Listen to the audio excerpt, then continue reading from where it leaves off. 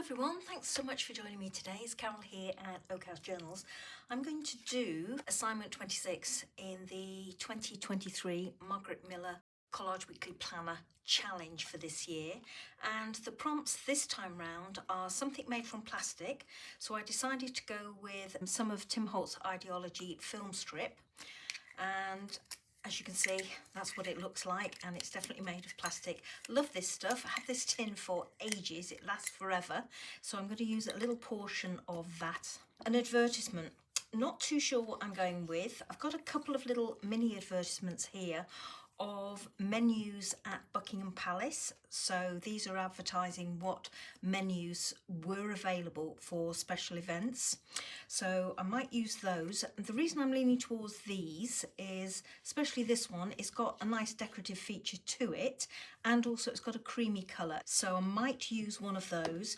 If not, then the other thing I thought I could use is this particular advert here, and the reason I like this one is because whilst that is a cast iron stove or fire, it could also look a bit like a rocket and tie in with the next prompt, which is something from space. Now, I puzzled for a while about this one because the only things I could think of that come from space, apart from aliens, were comets, stars, meteors, that sort of thing. But then I had a thought that, well, if you take a photograph or an image of space, then obviously it comes from space, because you're not going to get that image from any other place. So I went on to Google and I downloaded two that I thought looked gorgeous.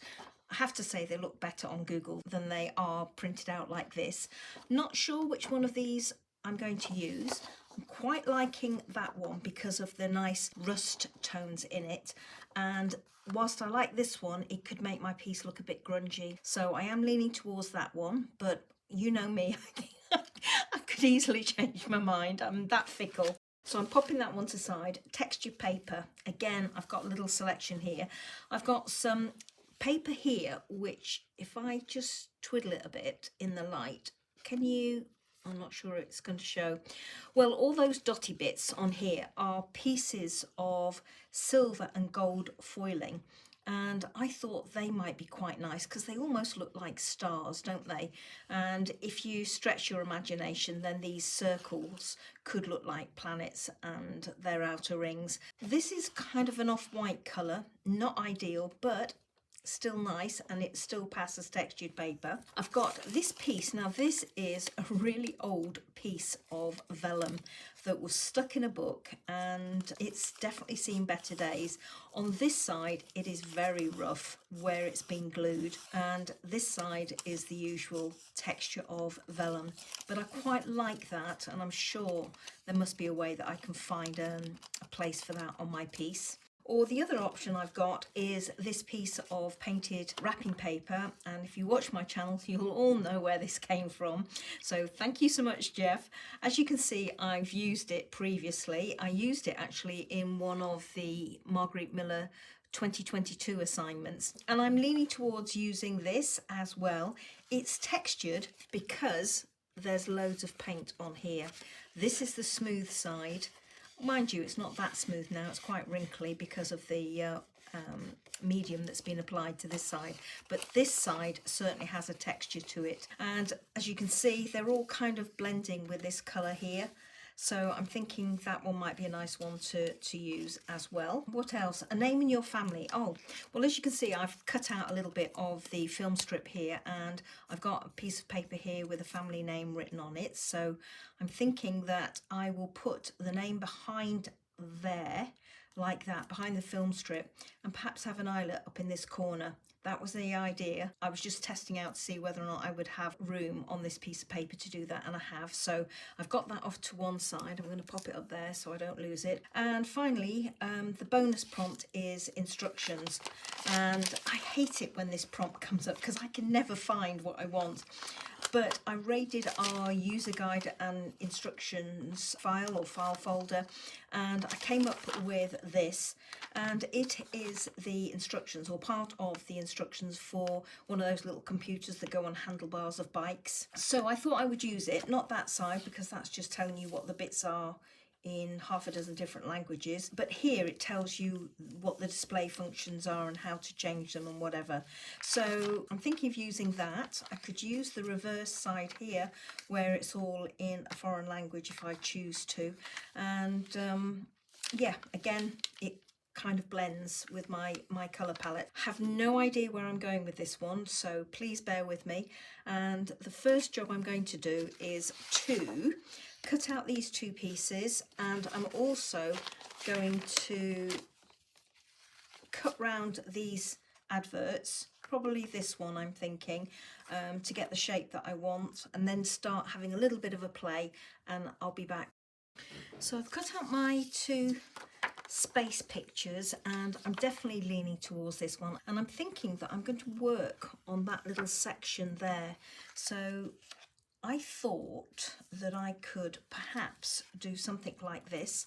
I love this textured paper. I can do something about this cut that I made up there, and I thought that if I put this at the top here, line this up, I can use this circle to highlight that. I will need to rip away or cut away a portion on this left hand side. I may well bring the whole piece down. I've chosen this menu here from the advertisement. Oh, there's a bit on the back. Didn't spot that. Ooh, no, it's a bit dark, I think. I need to place that on here somewhere, and here there's an obvious corner that I want to break up. And also I can break up that circle a little. I can use this up in that corner if I put my eyelet through there and take it through that. So that's where I'm thinking I'll use that. Possibly put this underneath it as well, because I think that might be quite nice with that textured edge as well. But we'll see when I come round to doing that. This, I think, is not...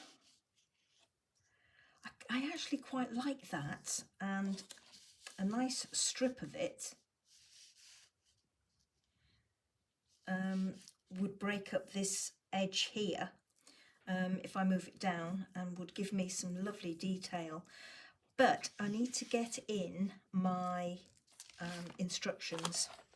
So let me have a look at these. I thought that I could maybe turn them that way and somehow make use of these lines here to pick up the dark here, and also the dark on the ribbon strip, the film strip rather, and use this to stagger my edges. So that's what I'm thinking with this one. The first thing I'm going to do is I'm going to commit to attaching this to this and take it from there. So whoops, let's do that first.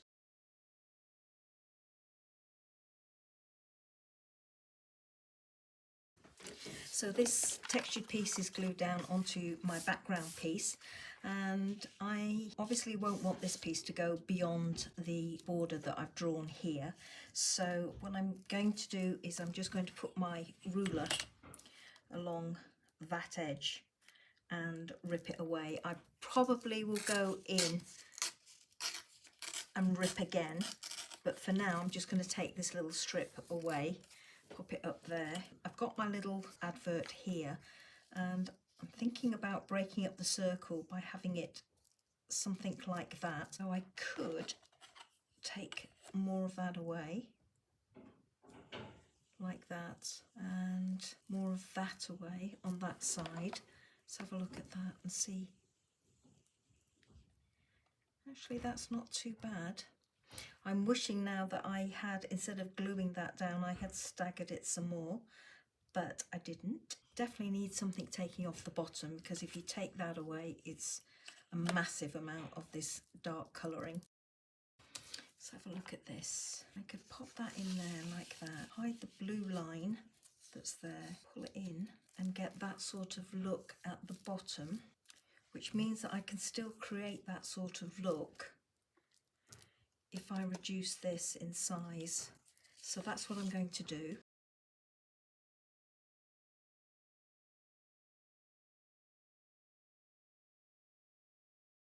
I've decided that I'm going to work with this layout.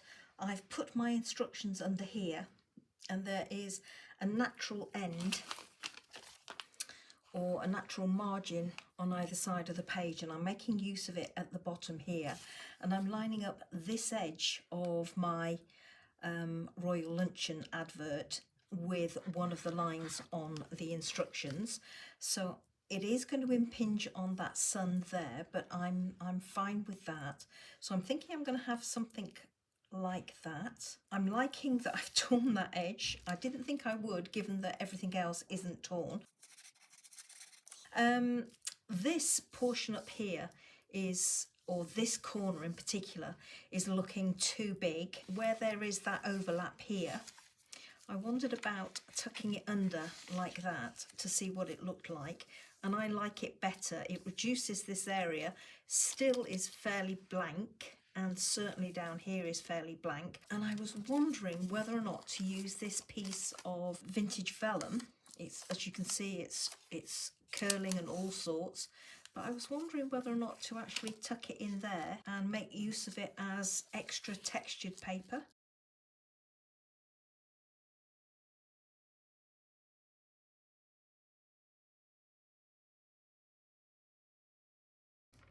Things have moved on a little bit. I've put a little piece of paper up here in this top left-hand corner. This was lovely with this vellum, but I thought it was a little bit too stark still, and it wanted some detail. So I'm going to put that little piece across there, and as you can see, I've taken it across the top of my advert. So I'm just going to glue that in place and have it just like that. This is definitely where I'm going to have this piece placed. This was looking all too big and stark for me, as was this straight edge down there.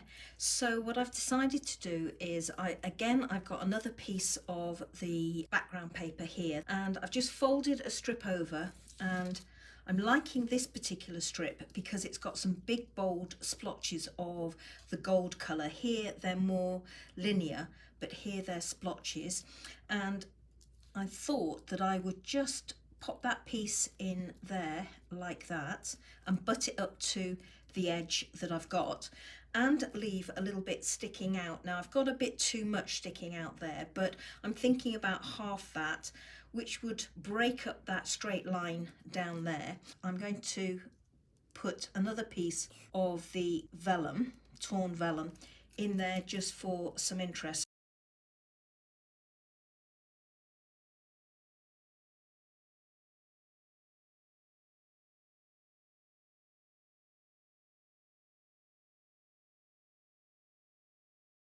I still want to do something down in this corner. I have this piece which I could put in there, and I'm liking again the distressed edge.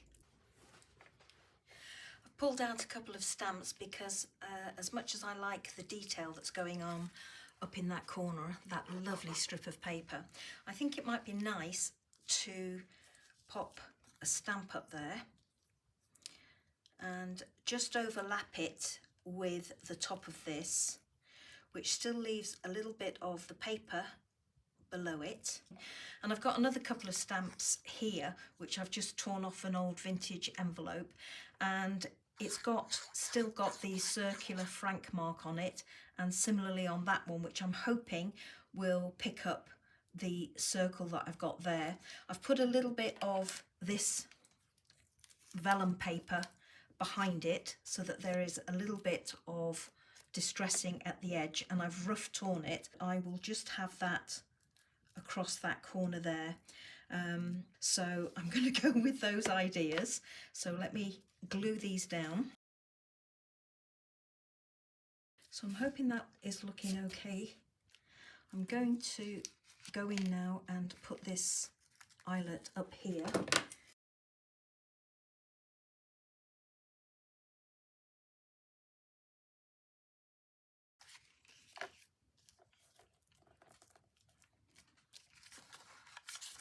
And because that's lifting a little bit, I'm going to just pop a dab of glue along that edge. to hold it flat. This is my finished piece now. As you can see, I've put the eyelet in. I've also gone a little bit mad in one or two places with this vintage stained vellum. I put a strip down the side here to soften it a little bit more. I've put another little strip behind here, behind that stamp and the other piece that was already there. And I put a small piece in behind that little tab that I had here, and then I liked it so much I went in and put another piece down there, and as you can see I've got a piece round the top here. Let's see if I hit the prompts. Something made from plastic, well that's my film strip there. An advertisement, well this is my royal events menu advert. Something from space, well this was my image taken by one of the NASA cameras, I believe, of outer space. Textured paper, well this was this lovely painted wrapping paper, and I've also tried to create some texture on this piece by adding a few pieces of this vintage vellum. A name from your family, well I've got that written up there, and instructions just behind here, you can see them, and that's to that cycling computer thingy-bob jig that sits on top of the handlebars. Don't know what they're called, I think they're mileometers or something like that, but it measures your distance as well as your speed and whatever. It's not mine, it's Maggie's. Trust me, I'd rather be in here crafting. So there we go everybody, thank you so much for watching. I hope you enjoyed seeing my efforts for this assignment. Have to say, did find it a tough one. Do I like it? Not so sure I do, but then I say that about all of my collages. Maybe it'll grow on me a little bit as time goes by. I'm actually wondering now whether I would have been better doing some stitching on it down here maybe, and across the top to add some interest. I don't know, but I can always go in and do that at a later stage if I want to. Just very quickly before I go, somebody asked me the other day why I don't glue my pages down properly or my pieces down properly on my page. Well, I actually like the loose edges. I don't know why. They just make me feel happy that there is some movement to the page and it's not absolutely glued down within an inch of its life, but that's not everybody's preference, it just happens to be mine. So there we go everybody, hope you enjoyed seeing it come together as I say, and I very much hope you'll join me for the next assignment number 7 next week. Until then, have a great week, keep smiling, and I'll see you again soon. Bye bye now.